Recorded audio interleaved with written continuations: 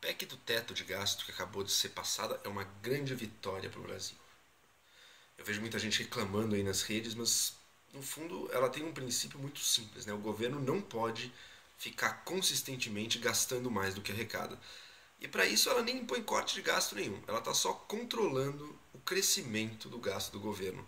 Isso é tão importante para o Brasil, tão importante para controlar o rombo que foi deixado nas nossas contas públicas, principalmente pelo governo Dilma. Dilma não é 100% culpada, a gente tem gastos obrigatórios que seguem crescendo, dados na Constituição, a Constituição tem erros muito sérios, mas o que a Dilma fez com as contas públicas do Brasil foi um crime assim muito maior do que qualquer escândalo de corrupção, muito maior do que o próprio Petrolão que estão investigando. Tá? Para vocês terem uma ideia, a nossa dívida bruta hoje em dia está em 4,13 trilhões de reais. Isso equivale a 70% do PIB brasileiro. E é uma dívida que não para de crescer, tá? Porque o governo vem acumulando nesses últimos anos, graças a Dilma, déficits primários enormes. Tá? Então, neste ano, o déficit primário deve chegar a uns 160, talvez até 170 bilhões de reais. Ano passado foi 110 bilhões de reais.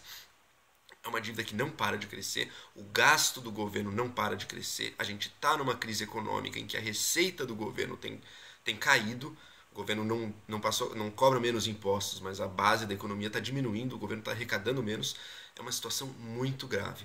Então eu vejo pessoas, às vezes bem intencionadas, às vezes não tanto, mas reclamando, não, e os direitos? Se o governo não fizer alguma coisa para resolver o problema das contas públicas, o que ele vai ter é um grande vai falir, o governo vai colapsar e daí sim todos os direitos, todos os serviços que a gente espera que o governo preste estarão seriamente ou totalmente comprometidos. Então, se a gente quer que o governo seja capaz de prover algumas coisas para a população no médio prazo, a gente tem que ser a favor de um ajuste fiscal bastante radical agora. Tá? E veja, a PEC do teto não é nada radical, na verdade ela é um primeiro passo. Tá? Ela não vai nem de perto longe o suficiente, ela não resolve o problema. Ela só controla o aumento dos gastos. Como esse controle é feito com base na inflação do ano anterior, para anos em que a inflação é mais baixa do que a inflação do ano anterior, a PEC continua inclusive permitindo aumento real de gastos. Vai ser o que vai acontecer em 2017. Em 2017 a inflação deve estar por volta de uns 5%, mais baixa do que neste ano, portanto o governo vai poder até aumentar um pouco os gastos.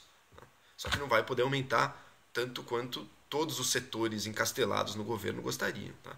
Aprender a lidar com um orçamento limitado é uma virtude que fantasticamente o nosso governo ainda não tem e o Estado ainda não tem e precisa aprender, sabe? Quantos interesses são defendidos a todo momento ali. A PEC não exige corte em área nenhuma, muito menos em saúde e educação, como tem falado. Tá? Isso de forma alguma. O que ela faz é controlar o aumento dos gastos totais. Ela é um primeiro passo. O ajuste fiscal ainda vai ter que vir. Tá? A PEC não dá esse ajuste fiscal. Ele ainda vai ter que vir, a gente vai ter que descobrir de onde a gente vai cortar gastos. E daí sim a sociedade em peso tem que participar. Agora, concordar que o Estado brasileiro não deve gastar mais do que gasta hoje em dia é pura sensatez. Tá? Um Estado que já cobra impostos exorbitantes, tá? Talvez acabe tendo que aumentar impostos ainda para cobrir o rombo. Um Estado que já se endivida muito todo ano, um Estado que já tem grande parte, já tem parte do seu orçamento comprometido com a dívida e tem que comprometer, porque se não pagar, daí fica ainda mais caro para ele se financiar, perde a credibilidade, daí sim seria muito ruim para o Brasil, sem falar que os credores que levariam esse calote são os bancos brasileiros, privados e públicos, são fundos de pensão, então quer dizer, a gente teria uma bola aí de um círculo vicioso de destruição econômica no Brasil. Nesse caso, o governo brasileiro precisa honrar seus compromissos. E tendo passado hoje essa PEC, isso dá um sinal excelente para o mercado, dá um sinal excelente para todo mundo que quer investir no Brasil, mostrando que olha, o governo está sério nisso. A gente pode investir porque tem aí um governo capaz de levar mudanças adiante. Mudanças como essa da PEC, que exigiu um apoio muito grande da Câmara dos Deputados. Então, todos os envolvidos estão realmente de parabéns aí.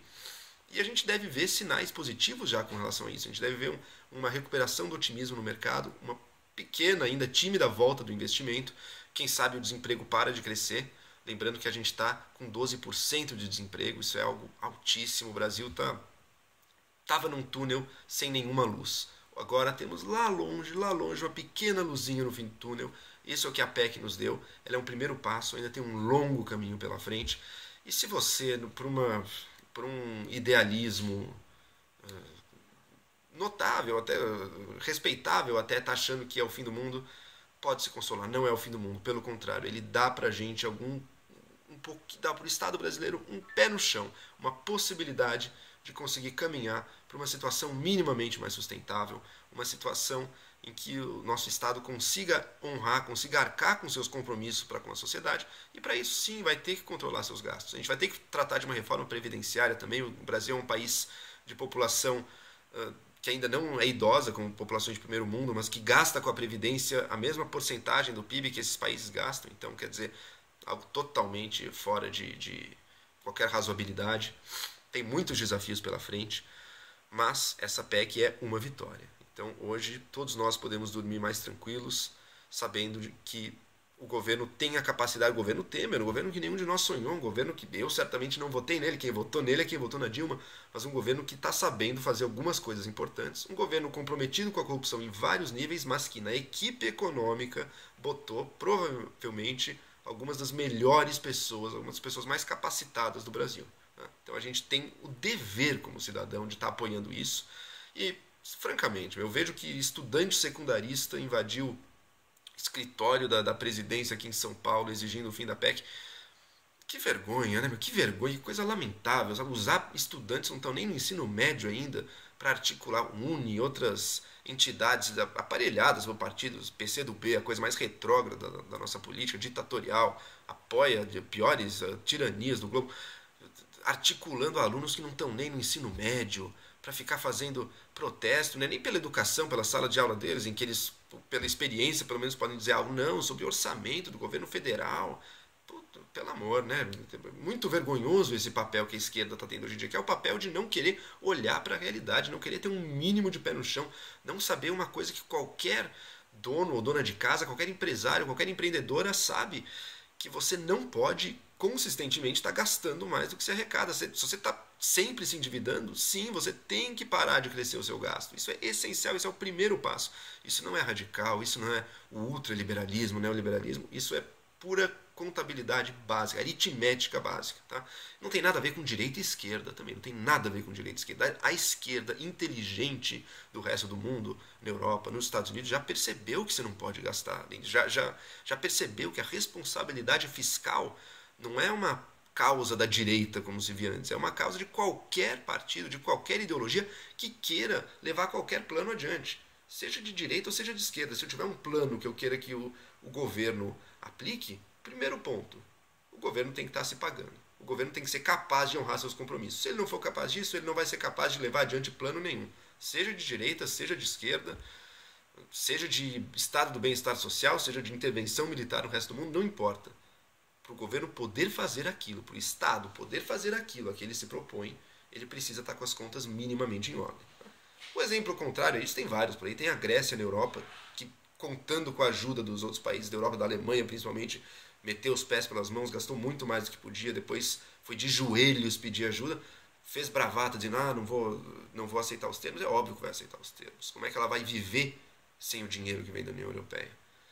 O Brasil está na mesma situação, mas mais grave ainda, tá? Porque na Grécia o credor era da União Europeia, no Brasil o credor é a própria população, no fundo é todo mundo que tem conta em banco e, além disso, de todos os bancos privados, bancos estatais, fundos de pensão, não tem para onde fugir. Se o Brasil não honrar seus compromissos, se o Brasil não honrar sua dívida, se fizer a sonhada auditoria da dívida, que é um outro nome para o calote, mas isso a gente pode discutir depois, se mete numa situação em que se financiar vai ser ainda mais difícil, e daí todos os nossos direitos, tudo aquilo que a gente gostaria que o Estado nos provesse, vai ficar ainda mais distante. O Estado brasileiro, a situação institucional brasileira vai retroceder décadas aí, vamos voltar para os anos 80.